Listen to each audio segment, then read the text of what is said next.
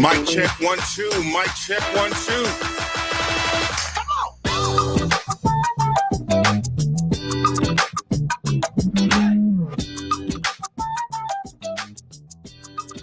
Mic check 1 2. It's your boy Reggie B coming back to you with your fuckery of the evening.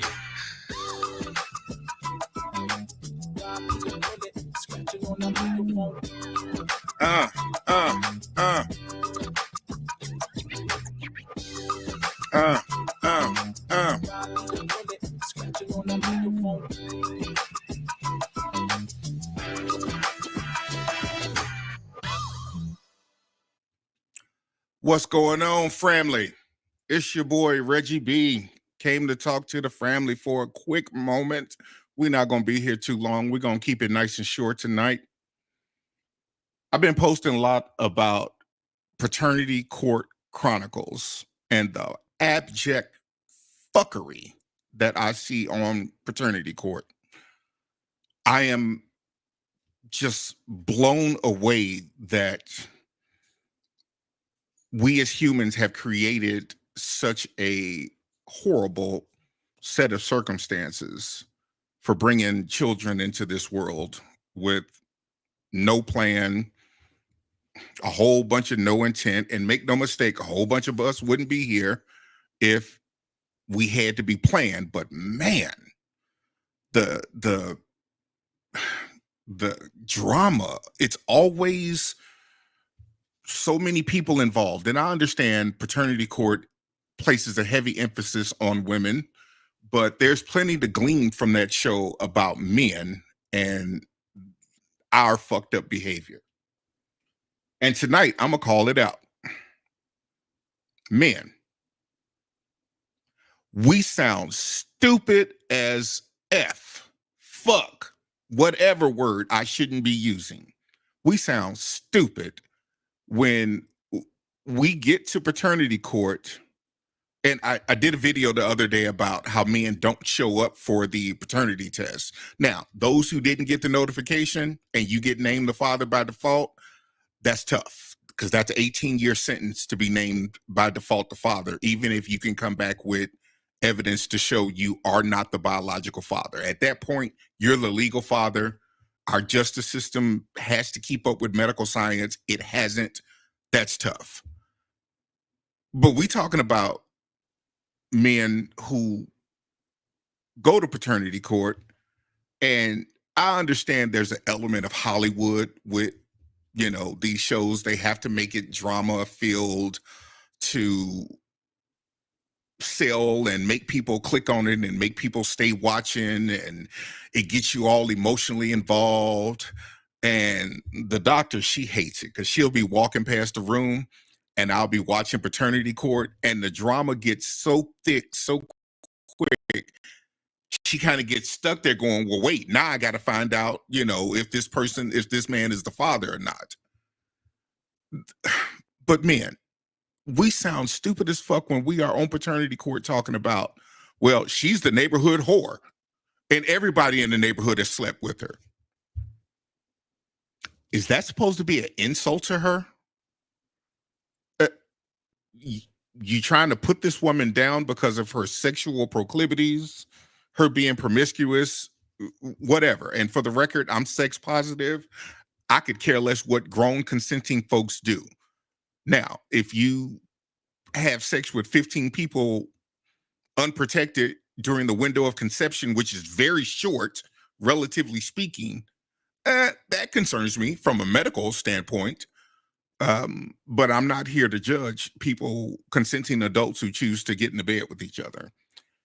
But damn, why do you choose to get in bed with somebody and then go on TV or even the real people we know, because this isn't just television. We know this happens every day, long before Paternity Court TV was out. Uh, You get on a high horse and men talk about these women so bad, put them down so bad, but it's like, bruh, you hit it too. What you saying is you have no dick discipline.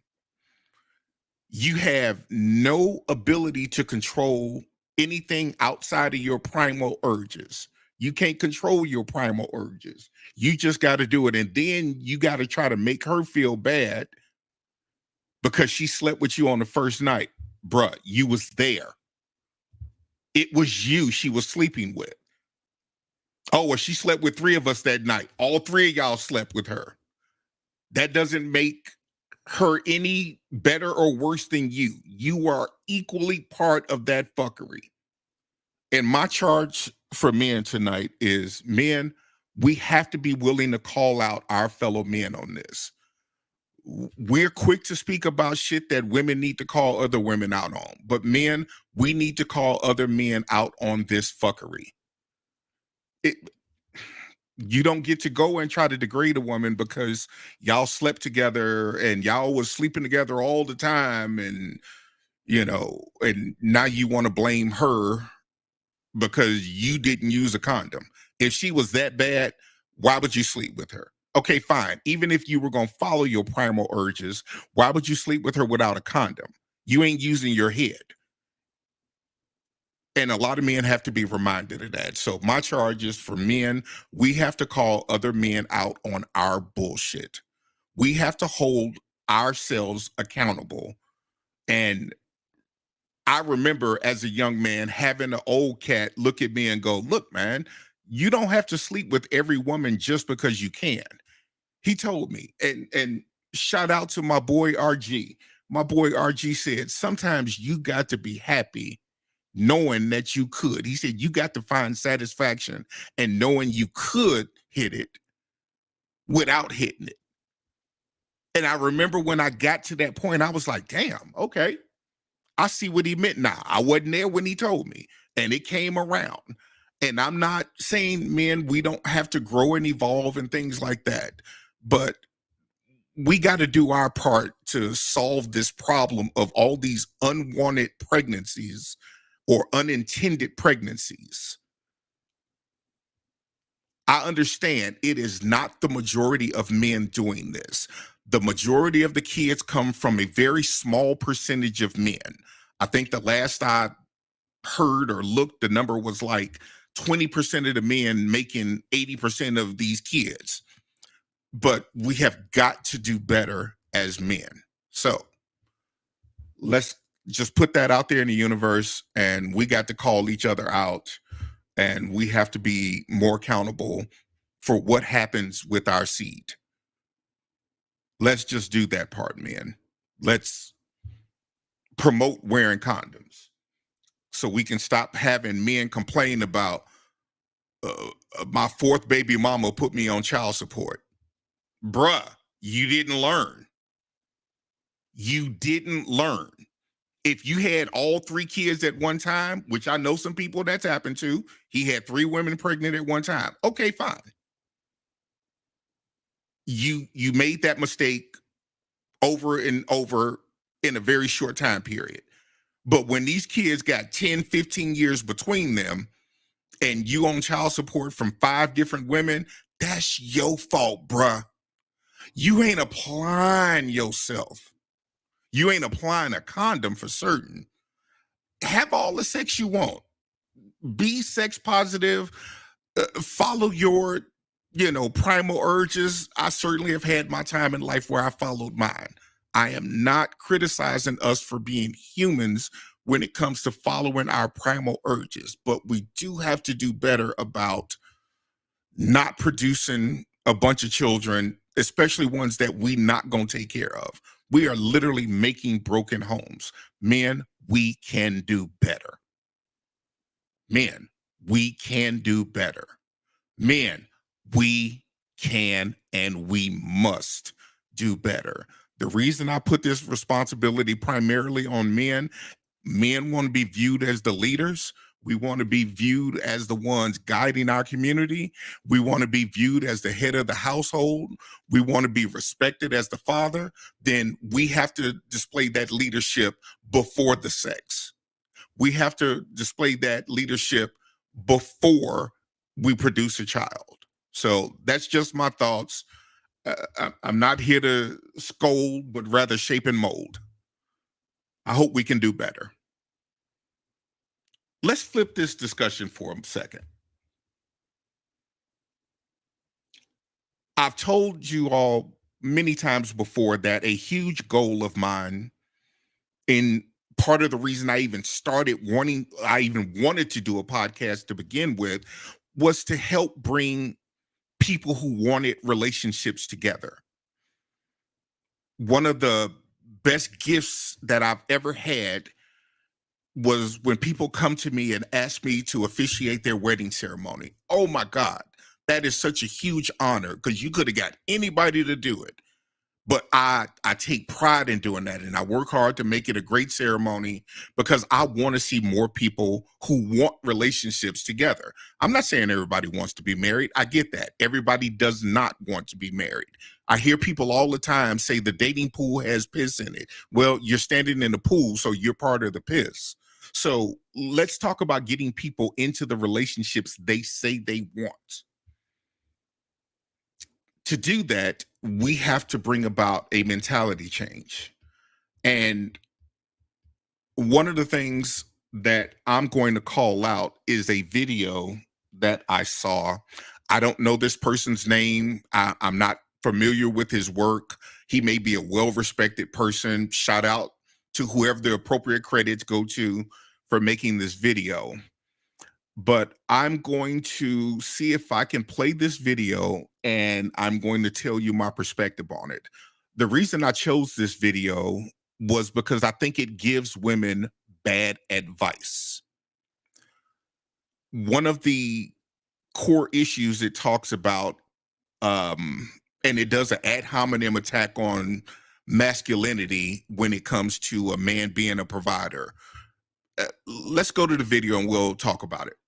I don't think a woman should ever marry a man that does not have a mind to 100% provide for her. If you sit down and you have a conversation with a man as a woman and he's sitting there, he's bringing up 50-50, I want you to come up with 50, I'm going to come up with, he's not a masculine man. If I were a woman, I would dismiss any man that came up with a conversation about 50-50 because he's lacking somewhere in terms of his masculinity.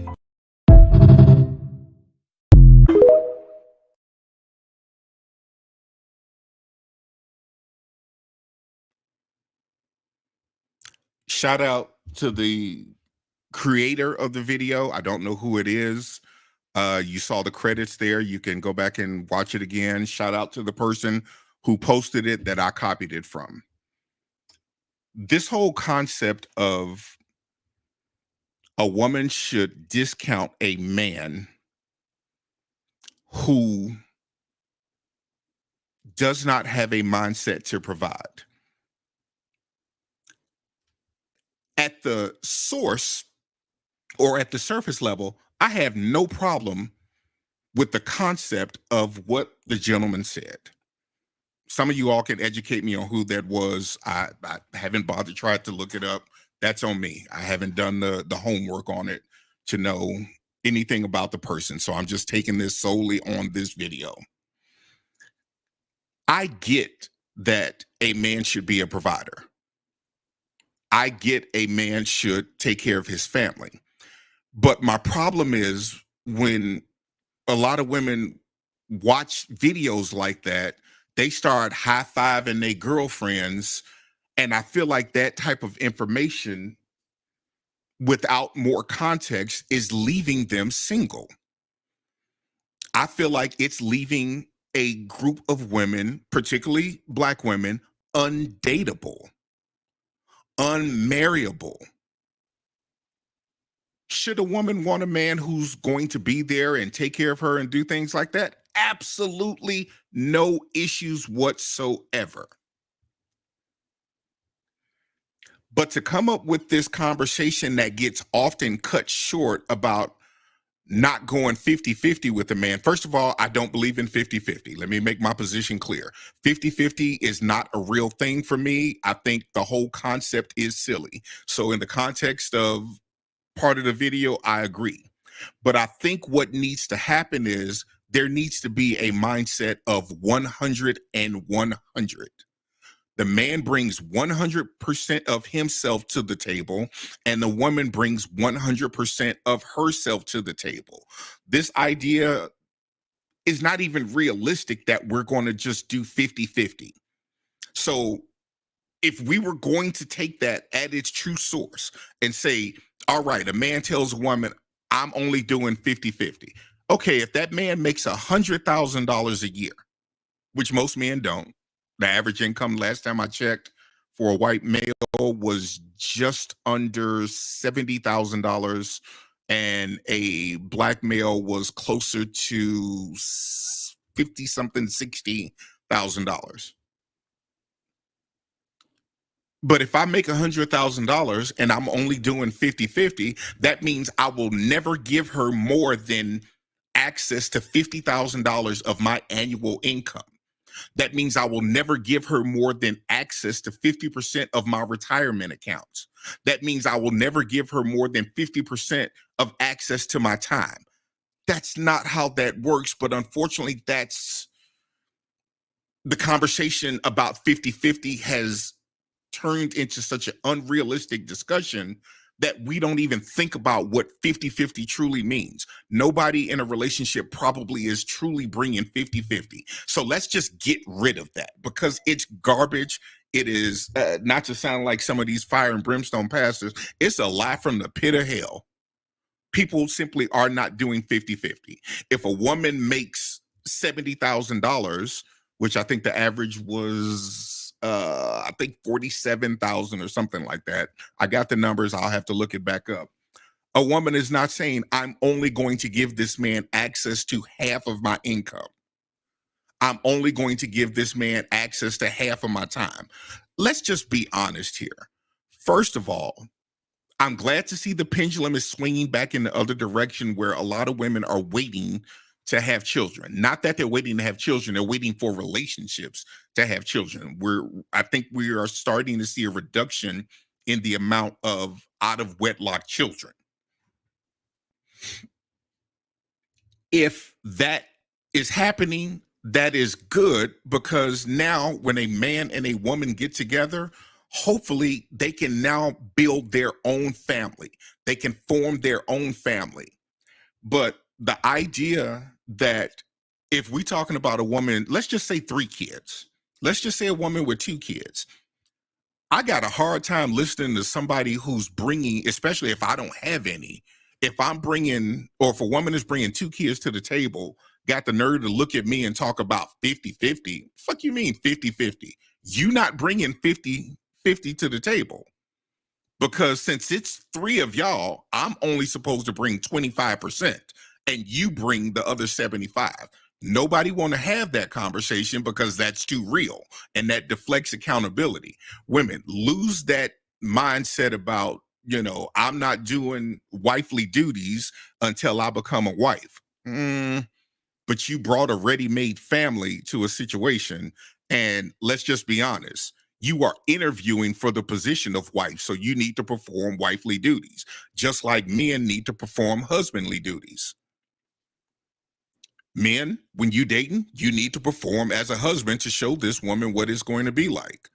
If you say you don't want to do that, okay, fine. There's other ways to show somebody you can perform as a husband. But if a woman calls and says, hey, my car broke down on the side of the interstate, and she calls her man ain't gonna go, well, I'm not your husband, so you need to call your father. That's just not the reality of the world we live in.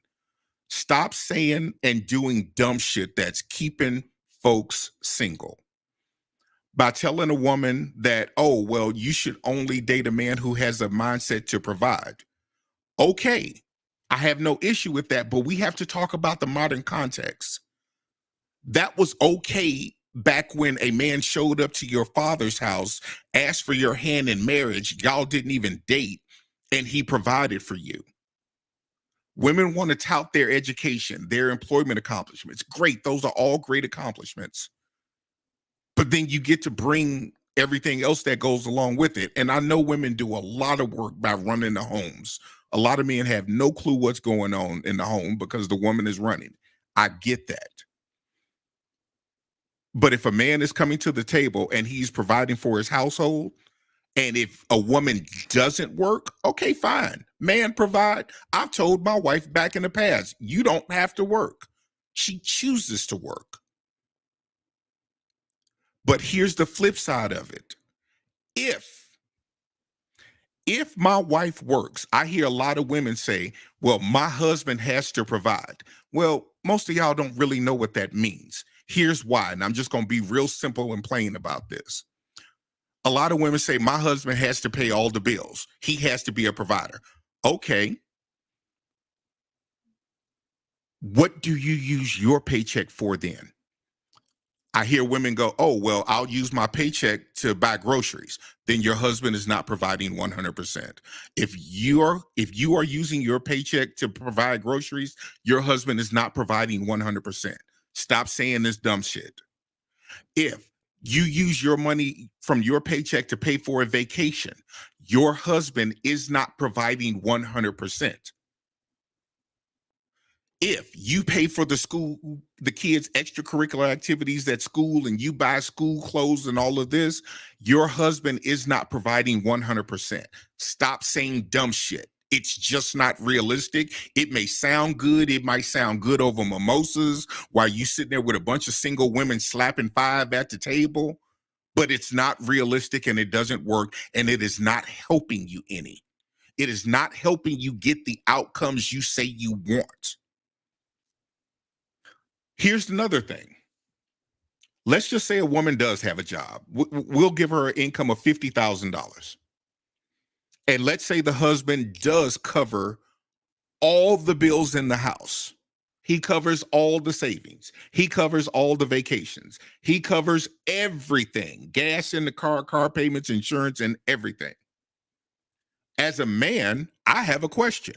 What are you going to do with your income? I have no problem with a woman having a reasonable allowance. Everybody needs their own pocket money. But $50,000 a year is a lot of fucking pocket money to be unaccountable. As a man, there is no way I am going to allow my wife to have a $50,000 income that is completely unaccountable to me as the one who handles the household finances. I'm sorry, you got to have something going on. You're not just getting ready to go out and blow $50,000 on shopping every month and, taking girls' trips and doing other things. You have to have that money accountable some type of way. It would be irresponsible of me as a man and as a leader of my house to allow that type of money to come in and go right back out the door with no accountability. There has to be some form of accountability for that. So, we're going to wrap this up by saying, stop saying dumb shit and listening to dumb shit that is keeping you single, that is not serving you. I want to see people get in relationships that they are happy with, preferably leading to marriage, especially if you're going to have kids involved in it. But get the relationships you want without listening to this dumb shit. Don't do it. Family, we're going to make that a wrap for tonight. I am going to ask you to do me a favor. Please like the video. Go to Family Talk on Facebook, Family Talk on YouTube, Family Talk 5 on TikTok. Give me a like, give me a subscribe so I can bring you more content. And hopefully I'm saying something that you can rock with. Please share it with your friends. Put it on out there in the universe. Love y'all.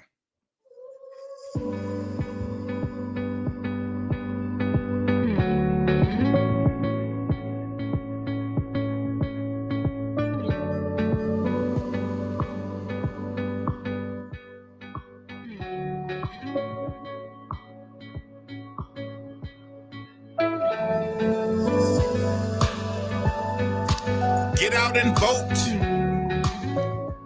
Do your part. Vote. Yes, the lines are long, but you stood in longer lines. Get out and vote.